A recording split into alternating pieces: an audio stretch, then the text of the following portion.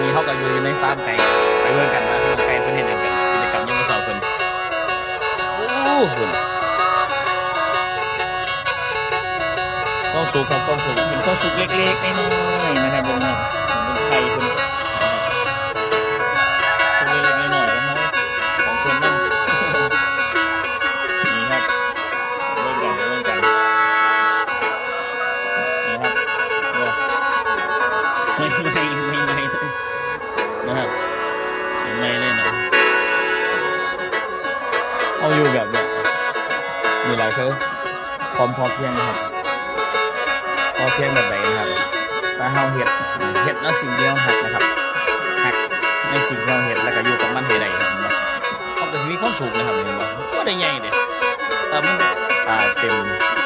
ดินไปด้วยนะครับความนะครับวนนะครับเอาให้ในสิ่งที่เราเห็นนะครับแล้วเขาก็จะมีความ